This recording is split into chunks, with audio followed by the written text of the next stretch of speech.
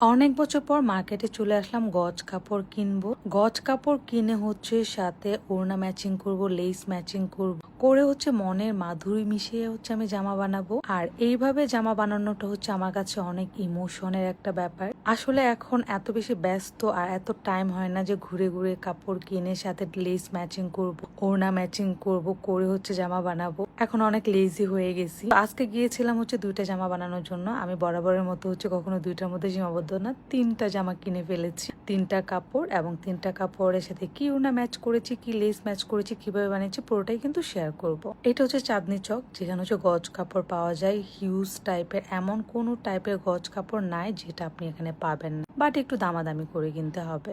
আমি ইডেনে পড়ালেখা করেছি, আপনারা জানেন। স্টুডেন্ট লাইফে কিন্তু আমরা সবাই চাই যে কম টাকার মধ্যে কত সুন্দর ইউনিক গর্জিয়াস করে ড্রেস বানানো যায়। আসলে তখন তো এত কাজ ছিল না, পড়াশোনা পাশাপাশি হচ্ছে জামা কেনা, এটা ওইটা কেনার একটা জামা বানানো নিয়ে আমরা অনেক ড্রিম দেখতাম। তো যাই হোক, জামার কাপড় কিনে আমি চলে গেলাম হচ্ছে ওড়না ম্যাচ করার জন্য। এই জামাটার সাথে ওড়নাটা ম্যাচ করলাম, দেন এখন আরেকটা জামা নিয়ে আমি ঘুরতেছি ওড়না ম্যাচ করার জন্য। ম্যাচ হচ্ছে না তো ঘুরে ঘুরে দেখছি, দেখেন এখানে হিউজ টাইপের ওড়না আছে, কত ধরনের ওড়না যে আছে, মানে ওড়নার বাজার হাট যেটাই বলেন। সো আপনার অনেক অপশন থাকবে যে একটা দোকানে ওড়না ম্যাচ হলো না, আপনি আরেক দোকানে যাবেন, আরেক দোকানে যাবেন। আমি তো চাঁদনি চক, গাউসিয়া, নিউ মার্কেট, মানে সব জায়গায় ঘুরি যদি একটা ম্যাচ না হয়। সো আজকে অনেক বছর পরে হচ্ছে আমি গিয়েছি এভাবে শপিং করার জন্য। বললাম না যে আসলে টাইম হয় না। সো আমার কাছে অনেক ভালো লাগতেছিল, মনে হচ্ছিল সে আমি ইডেনের সময়ে ফিরে আসছি। আর এত বেশি গরম, আসলে এখন বললাম না লেজি হয়ে গেছি, গরম ইচ্ছে করে না যে ঘুরে ঘুরে কিনবো। এখন অনলাইনে সবাই ম্যাচিং করে সুন্দর করে বানিয়ে সেল করে, ওগুলোই কিনে আমরা পরি বা শোরুম থেকে নিয়ে আসি। তো যাই হোক, এই জামার সাথে হচ্ছে আমি লেস ম্যাচ করতেছিলাম যে কোন লেসটা ম্যাচ হয়। বললাম না সবটাই হচ্ছে অনেক মানে কঠিন কাজ, মানে ব্রেনে হচ্ছে ঢুকাতে হয় যে কোনটা নিব কোনটা নিব না, কোনটা নিলে ভালো লাগবে। মানে মেয়েদের মনে হয় অর্ধেক টাইম যায় এগুলা ম্যাচ করতে করতে, ছেলেদের এত প্যারা নাই। তো যাই হোক, আমি হচ্ছে দেখতেছিলাম কোনটা। এই লিস্টটা আমার কাছে খুবই ভালো লেগেছে, এটা খুব সুন্দর ম্যাচ হয়েছে। তো ফাইনালি আমি ডিসিশন নিয়ে নিলাম যে এই কাপড়ের সাথে এই লেসটা যাবে। আর বললাম প্রচুর গরম ছিল, আর বাইরে গেলে একটু মাস্ক পরে যাই, কারণ প্রচুর ধুলাবালি থাকে সেজন্য।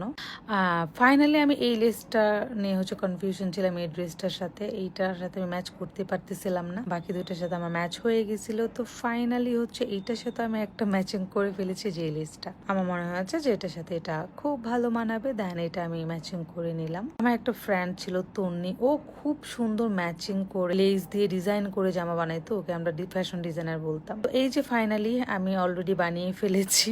কেমন হয়েছে এই জামাটা দেখেন, সাথে ওড়নাটা এটা নিয়েছি ম্যাচ করে। সো এইটা আসলে এই ডিজাইন একটু পাকিস্তানি একটু ডিজাইন করে বানিয়েছি, এটা একটু শর্ট টাইপ করে।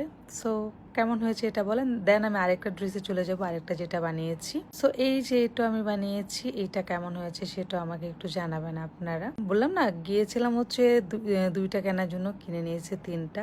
সো 3টা আমার অলরেডি পরা হয়ে গিয়েছে, 2টা অলরেডি আমি হচ্ছে হাওড়ে পরে গিয়েছিলাম সুনামগঞ্জ, আর বাকি একটা হচ্ছে ঢাকায় এসে পরেছি। সো আপনাদের দেখানোর জন্য হচ্ছে ড্রেসটা আবার পরলাম। আমার ঘুরে ঘুরে কেনাটা কি সার্থক হয়েছে কিনা আপনারা বলেন, কেমন লাগছে আমাকে সেটা অবশ্যই জানাবেন।